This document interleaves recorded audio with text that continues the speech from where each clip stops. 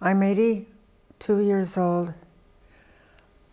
I came to נחל from Denver, Colorado with my family.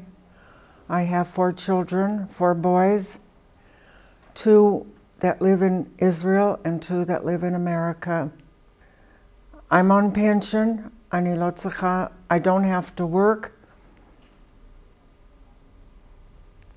I have a dog that fills my day. I have grandsons and a couple of granddaughters that fill us. That's me.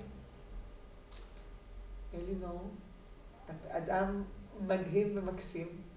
ועכשיו אנחנו נמשיך ונדבר על העדות, כשבעצם אני רוצה לשאול אותך מה קרה, אם את זוכרת, מה עשיתם בערב שלפני, זאת אומרת ב6 באוקטובר בערב.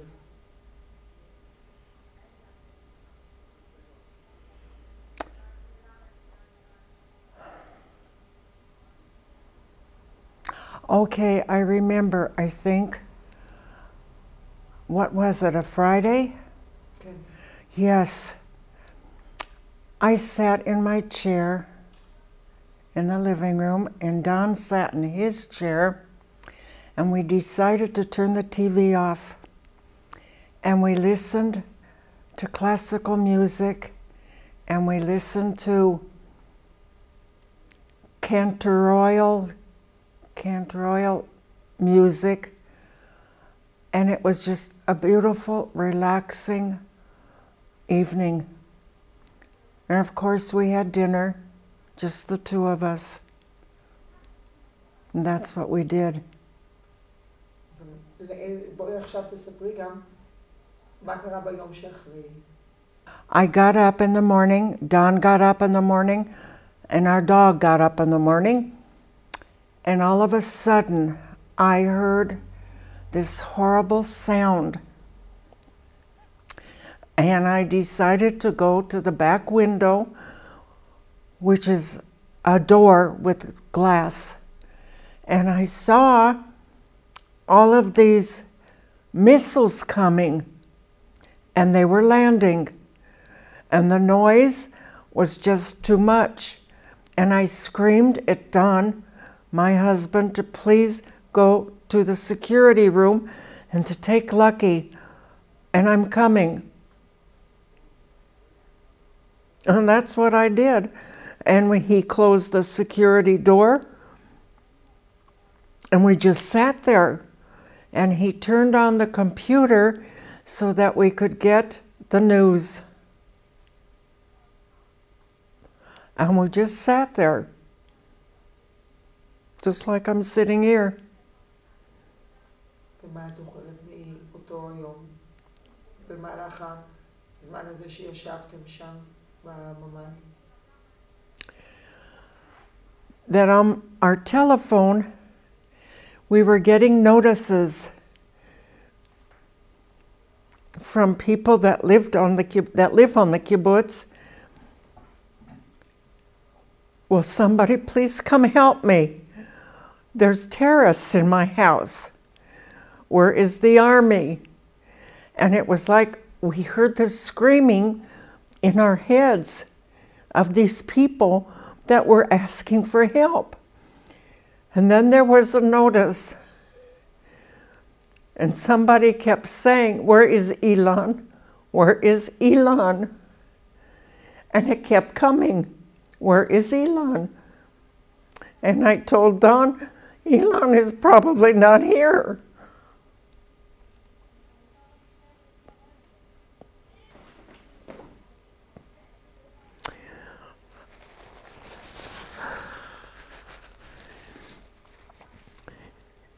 We heard shooting, a lot of shooting, and the missiles kept coming.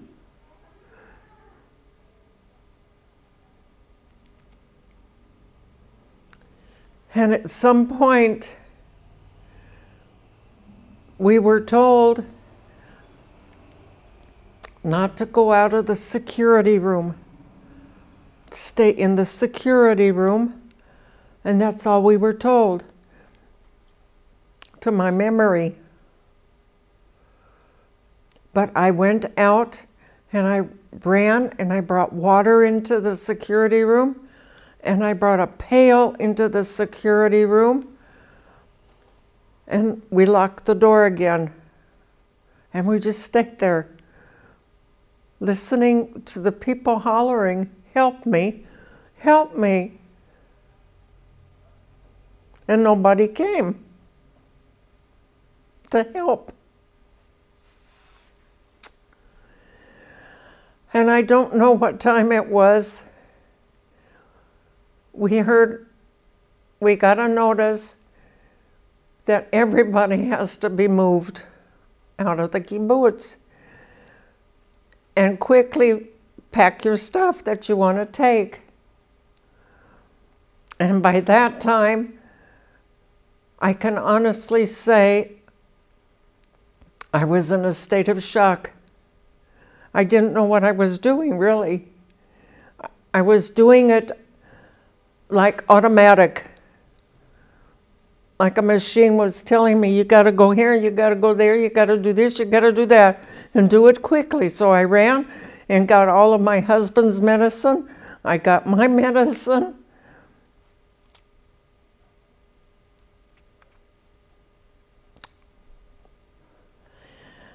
And then there was a knock at the door, and it was already 9 o'clock. And our dog, Lucky, didn't make a sound. He was quiet the whole time.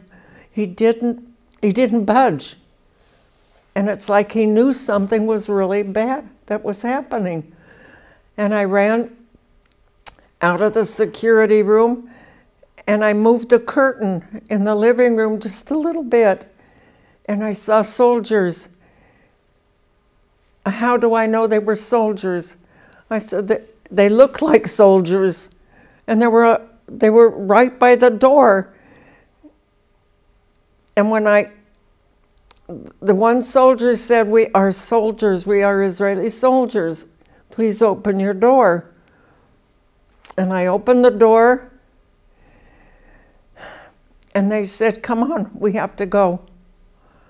And that was that. Everything was automatic. It was like nothing, there was no feelings. We did what we had to do. And I remember I couldn't get on the Jeep. And the soldier had to almost pick me up to get me on the Jeep. And I said, "Please don't forget my dog." And I just was numb. During this time, we were in contact with our sons. I remember that. And my one son said to me, "Send me the information of where you're going." So I sent it, and he said,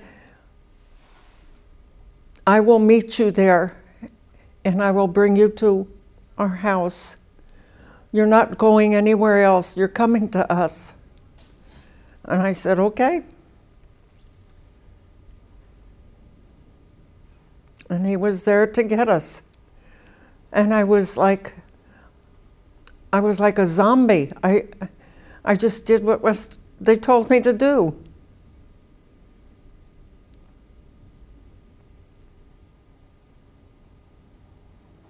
And when we got to where we had to go, my son was there to get us. And he kept saying, "Get in the car, get in the car. We're going. It's going to be okay." And I saw the people that got on the bus, and they were carrying their dogs. I don't remember. I just remember the sound and the noise.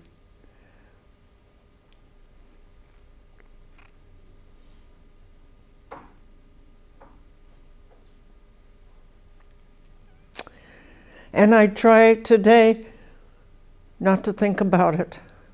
but it's there.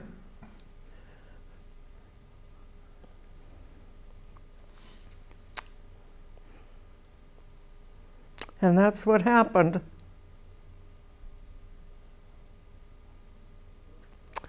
We got on the Jeep with our neighbors. There were only 4 of us and a dog that were allowed to get on the Jeep. You get on the Jeep, you get off the Jeep, you get in the bus. And I just kept worrying about my dog.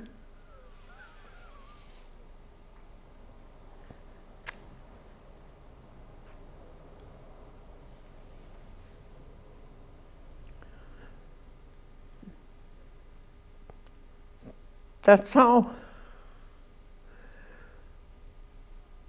And what do I do when we leave the house? My son almost had a fit. I brought the key to the house with me. I brought a shallot from one of the TVs in my purse. For what?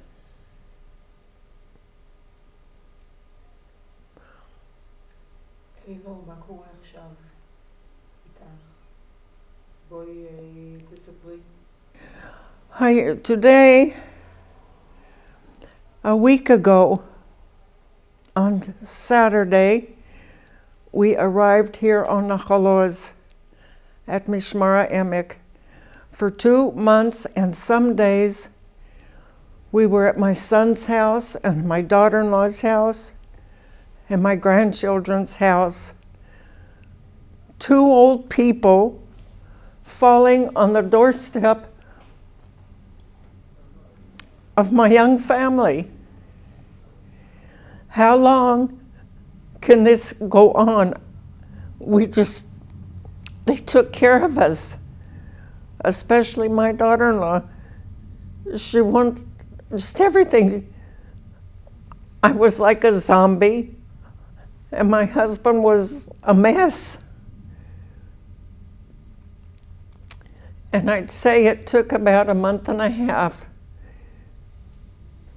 for some of the fear to leave my body.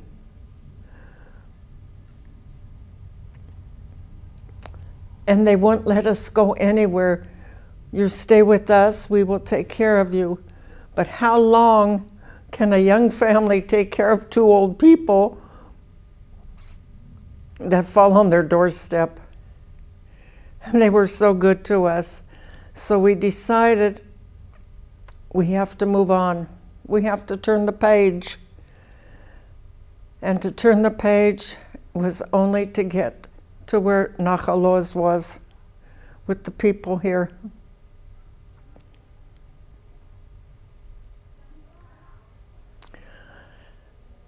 And it was like when we got here, our daughter-in-law brought us and our grandsons helped.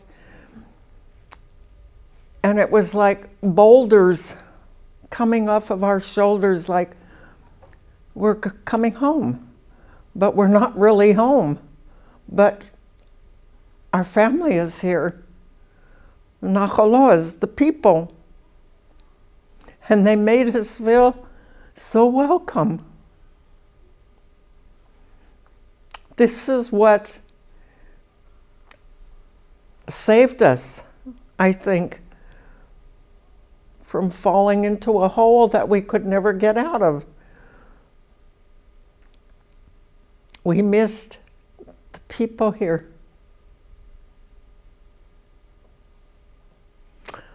My family were gold in the way they helped us.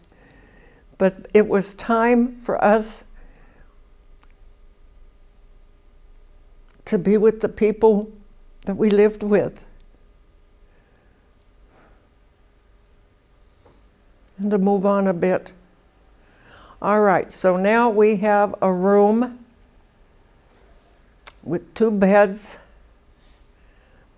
a bathroom, a refrigerator, and it's like like a gift. We can't ask for anything more. Donations of clothes, of everything. How the people around us, people we don't even know, how they helped us. My clothes, everything here, all donations. That's the people here. And I feel if I could jump, and if I could jump in the air and twirl, that's how I feel today. With all of the bad things that are stuck in my head, I tried to push them out, push them away. I got 2 feet on the floor. My family's alive. We got out of there just in time. I can't ask for anything else. It's perfect until I can go home again.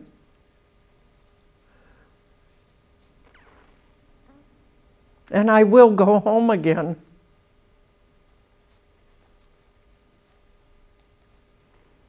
אלינור, אני מקווה שהיום הזה יהיה כמה שיותר